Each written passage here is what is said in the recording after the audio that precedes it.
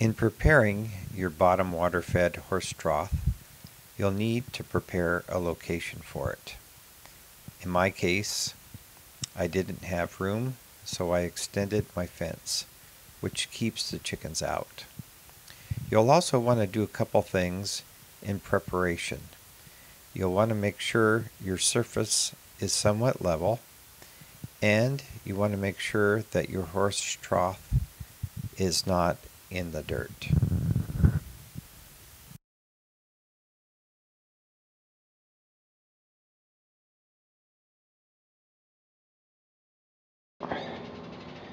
The reason that you want it level is because you have water in the bottom of the horse trough, and it's important that it's somewhat level. The other thing that's important is that you need to make sure your horse troughs are on, in my case I have pavers, you can have cement, you can have a variety of materials, but try to keep it out of the dirt and it will prolong the life of your horse trough. You can also see here in the video that I have mole and gopher repellent. I usually always put that down below any pavers that I have. It just sort of helps keep the moles out, and it's not going to get into any food supply if it's under the pavers or any animals, but it does help repel the moles and gophers a bit.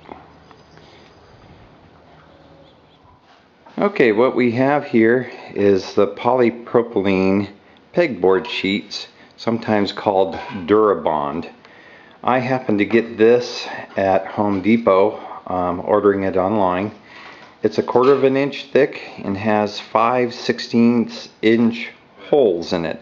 And this will be used to line the bottom of the horse trough that I have over here. And we're going to use the horse trough to make a pattern for inside the bottom. Now it's important that you get this 1/4 of an inch thick. You could always go thicker, but this stuff is not cheap. And preferably I like doing it in the 4x8 sheets because you get more out of it. But since I just have a couple, I ended up ordering them from Home Depot in 2-foot by 4-foot sheets.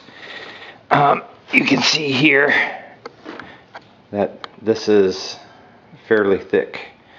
And then we'll just weave these together when the time comes.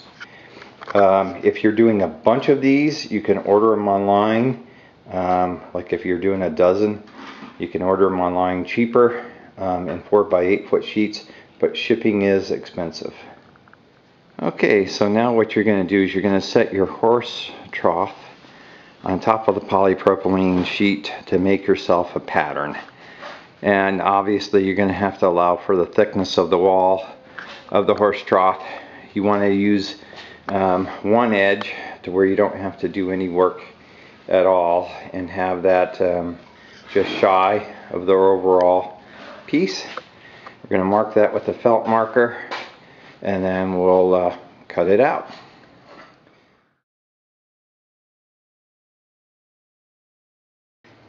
So this is the pattern that I traced out. Probably throw it up on a sawhorse and put a board behind it to support it and cut it out with a jigsaw.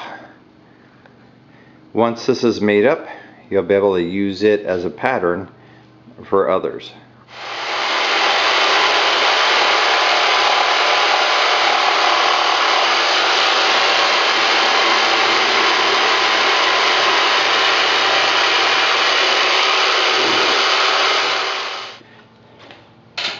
What we're doing here, since we don't have one piece, we're going to sort of stitch it together. This is a piece of scrap that was left. I made sure that I have 2 holes worth here. I'm just going to line these holes up and do a little stitching. Just put some tie wraps down one and up the other. I'll do that 6 times. We'll just stitch that together. It's not going to go anywhere. There's a lot of support on the bottom side as well, and It's a lot cheaper than trying to buy a 4x8 sheet unless you're buying a bunch of them. Then you can save some money. But this will work fine. We'll just put a half dozen tie wraps in and cut them off and we'll be ready to go.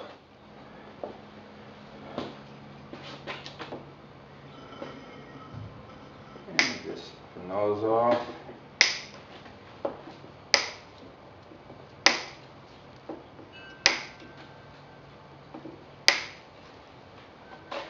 And now we have a solid piece.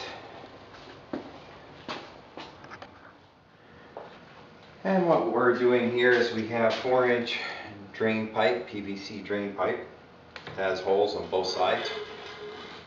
We're going to be cutting this up into 4-inch chunks. Make sure you save some or have a couple pieces because not all of them will be 4-inch chunks. But we're going to be cutting these into 4-inch chunks. Make sure you have proper eye protection.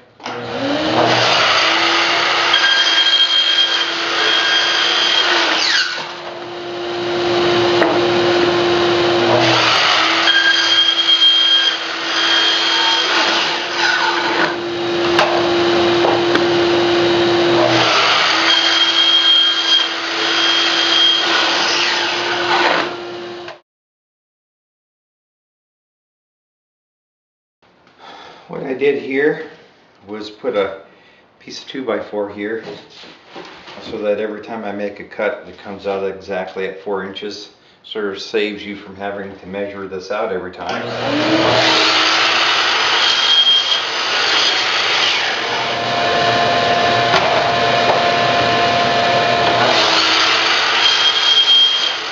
Alright, now we want to cut 5 pipes at 6 inches long.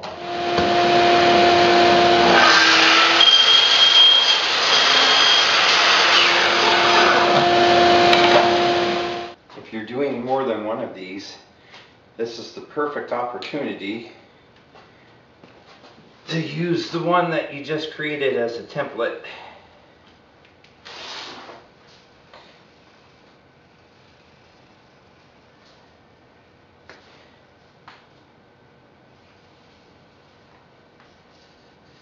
Another way you can do this, which is probably a little bit wiser way to do it, is take a piece of cardboard and use it as a template.